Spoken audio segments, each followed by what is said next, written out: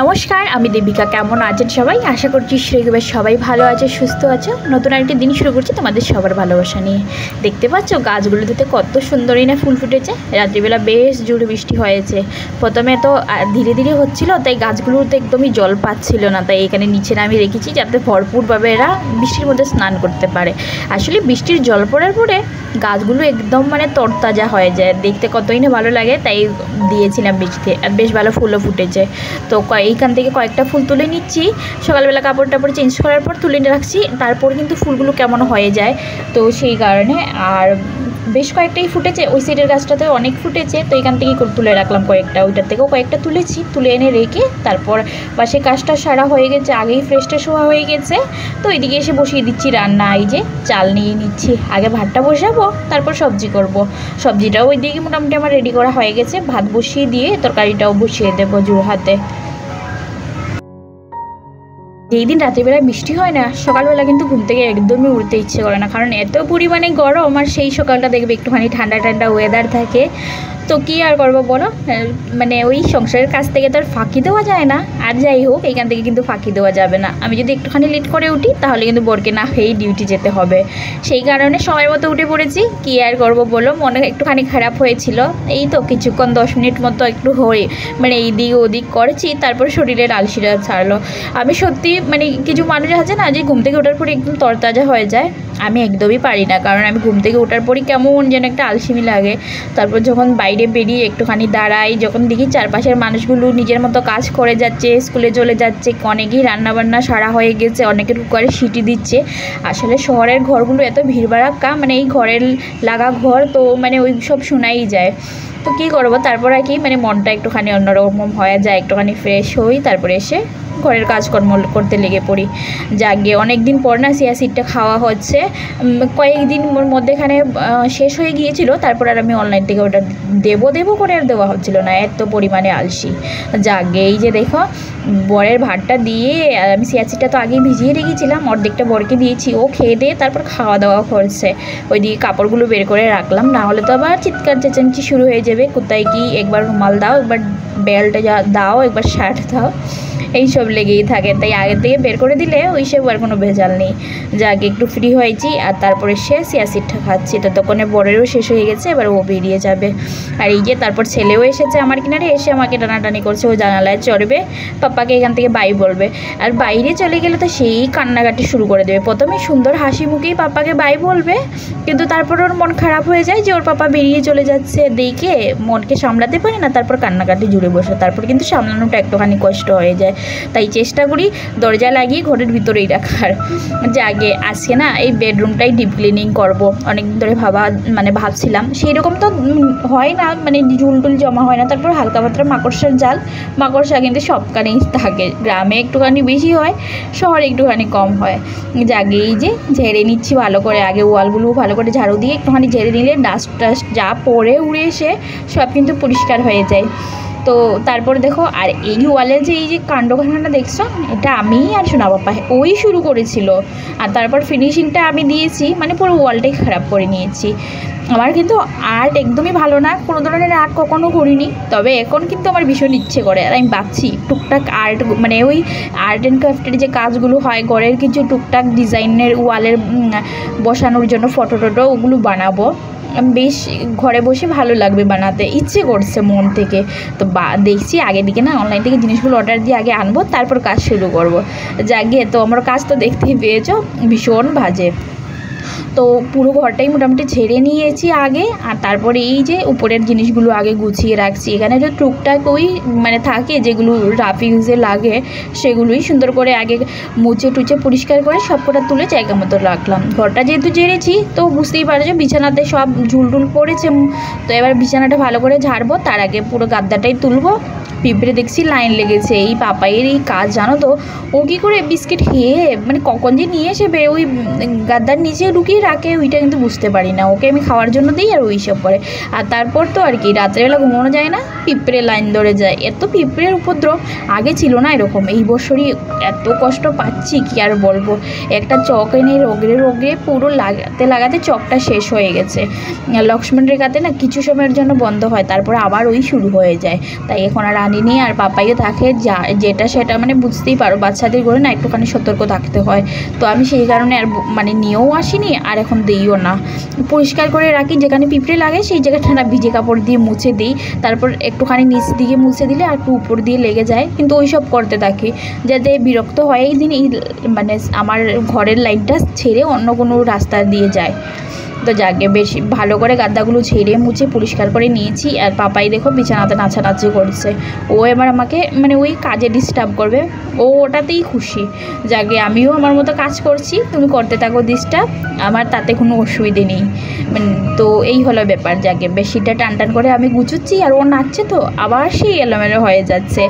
আর বালিশের কাভারগুলো কয়েকদিন আগে ধুয়ে দিয়েছিলাম, তো আর আজকে বালিশের কাভার চেঞ্জ করিনি, পরিষ্কারই আছে, নতুন কাভার মানে পরিষ্কার কাভারই লাগিয়েছি।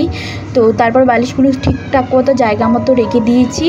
আর এবার এই টেবিলটা গুছাবো, সব জিনিস এটার উপরেই রেখেছিলাম। আর তাছাড়া এই টেবিলটা অনেকদিন ধরে মানে এতগুলো কাপড় দিয়ে রেখেছি, তাই কাপড়গুলো সরিয়ে ভাবছি একটুখানি হালকা করব। আর একটা কাপড় আছে, সেটা হালকা কাপড় একটা বিছিয়ে রাখবো।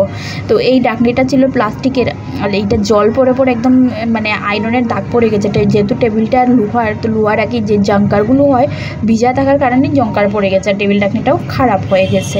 তো আমি অনেক দিন ইউজ করেছি।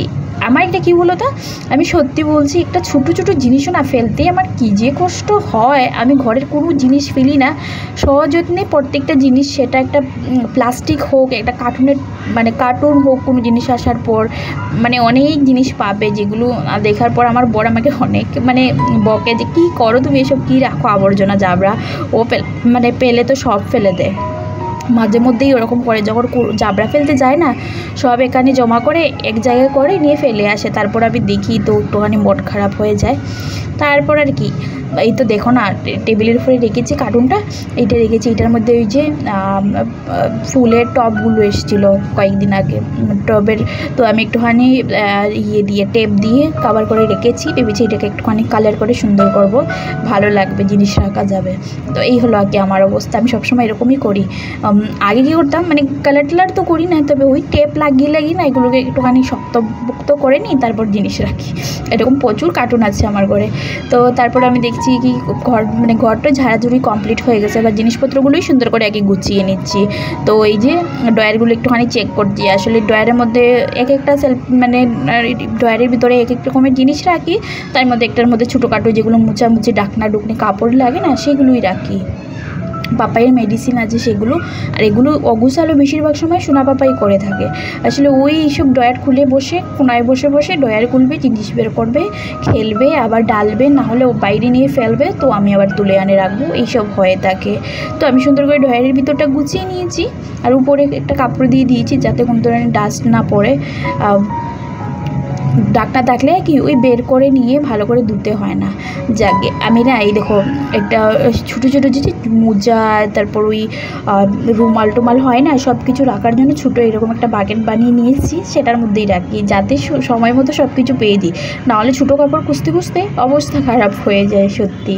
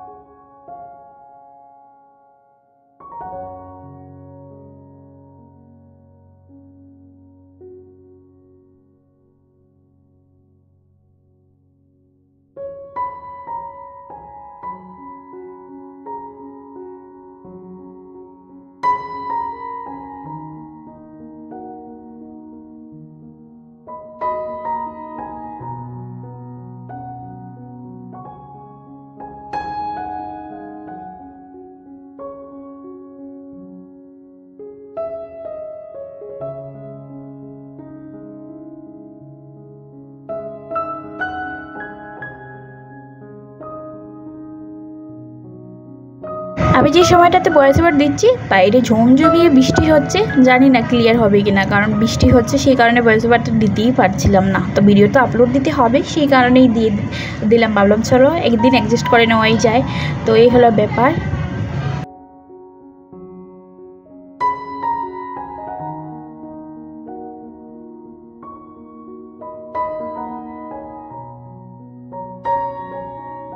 এইটা একটা ফুলের স্ট্যান্ড, জানো তো, টেবিলের নিচে রাখা ছিল, তো একটুখানি বের করে পরিষ্কার করলাম। ভেবেছিলাম তুলসী গাছ রাখবো, কিন্তু নিচে রাখছি না, পাপাই যদি টেনে টুনে ছিঁড়ে দেয়, সেই কারণে না নিচে রাখতে পারছি না।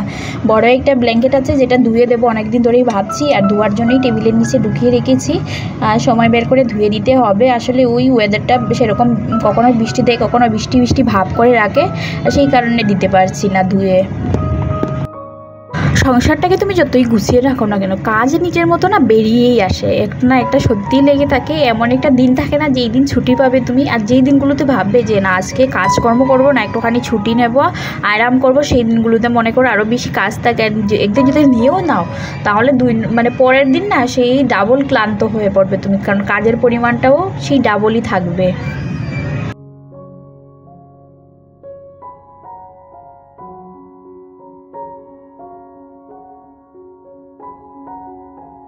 কুলারটা আগে সুন্দর করে মুছে নিয়েছি, তারপর এবার ফ্যানটাও মুছে নিয়েছি। এই ফ্যানটা মাঝে মধ্যে এনে চালানো হয়, যেই দিন বরের ছুটি থাকে বা সকালবেলা বেশি সময় ঘরে থাকে সেই সময়ই চালানো হয়, আমি সেরকম চালাই না।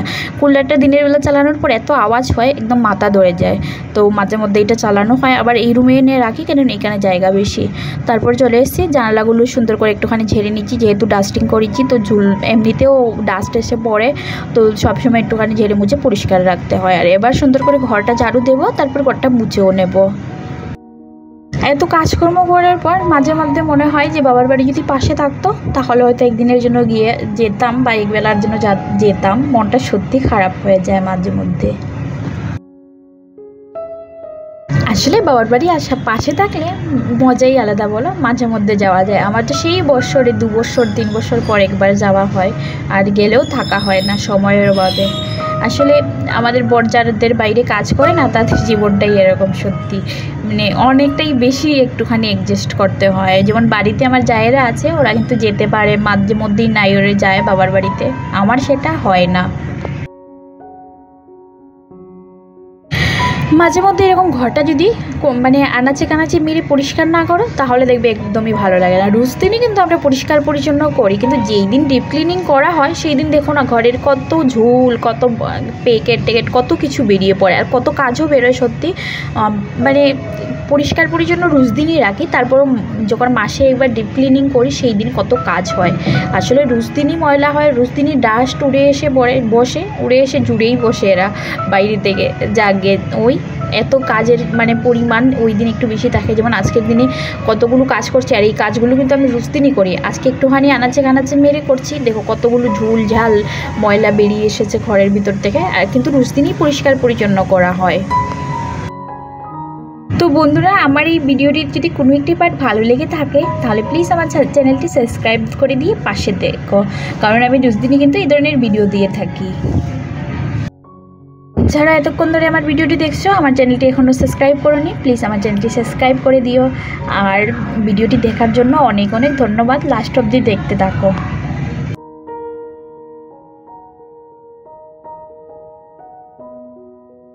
ঘরটা ভালো করে ঝাড়ু দিয়ে পরিষ্কার করে নিয়েছি, তারপর 2-3 বার ঘরটা ভালো করে মুছে নিচ্ছি, যেহেতু ঘরটা ঝাড়াঝুড়ি করেছি, নিচটা ভালো করে না মুছলে কিন্তু পরিষ্কার হবে না, তাই ভালো করে 2-3 বার সুন্দর করে মুছে নিয়েছি।